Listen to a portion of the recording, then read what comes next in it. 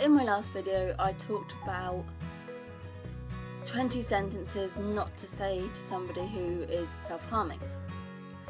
I got quite a few good responses. There was one response that I would like to reply to, but I can't reply to her in the comment section because I think it's to do with Google+. If you don't follow me on Google+, guys, I can't actually reply to you, so you need to do that. Talking about somebody who says to you, you don't have a good enough reason to be doing that, and I gave a little bit of information of what my opinion was. This wasn't factual, and I said that, I can't even remember what I said. Go and look at the last video, I'll be putting it at the end of this anyway.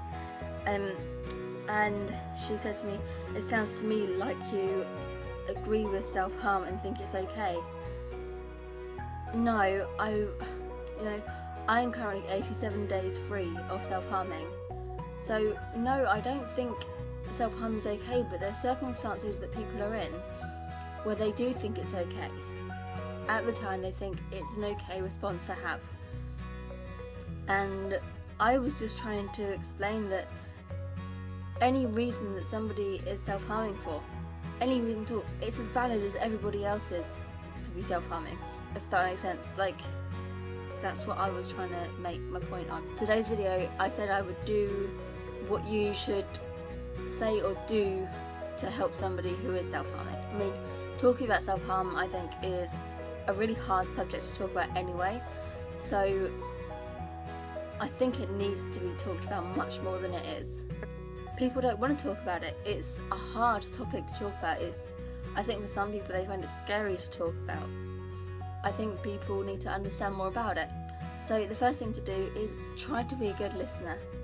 What do I mean by this? I mean, if they come to you and they want to talk to you, be there for them. Let them know that you're listening and you're understanding or trying to understand what they're saying.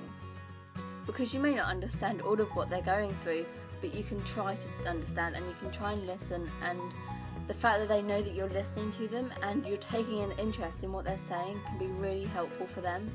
Second thing to do is read up on self-harm.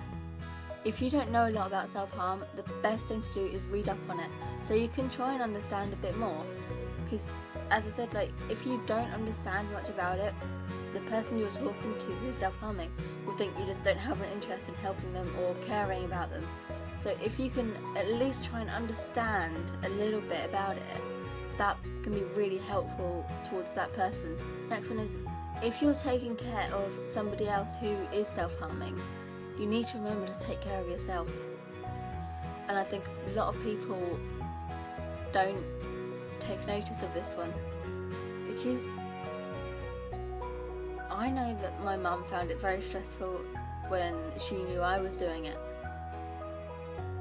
You need to remember to take care of yourself and talk to somebody about everything. It's really important to take care of yourself. I cannot say it enough. It is so important, because you don't want to be the person that goes downhill if you're not taking care of yourself. The next one is remind them that there is help out there. A lot of people who self-harm don't want to get the help, but reminding them that there is help out there is really useful, and remind them that there's help on the internet. Phoning somebody, you don't have to go to the hospital or the doctors, you can just do it online, and a lot of it is anonymous, so you don't even have to say your name or your age or anything. So that's really useful.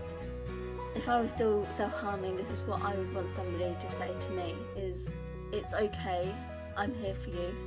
That's something I would love to have heard from people. So I would just say, it's okay, I'm here for you if you need me. And then you give that control to them to come to you if they want to talk to you, rather than you forcing it on them to talk. Because I think when you force people to talk about it, the less likely they want to open up about it, because they're being forced into doing something they feel really uncomfortable doing. Yeah, I hope that video helps a little bit. I know it's not as long as my last one, but I really wanted to make a second part to it, so yeah. I hope you all enjoyed the video. Give the video a thumbs up if you enjoyed it. Please comment down below if you want to. I'd really like it if you commented.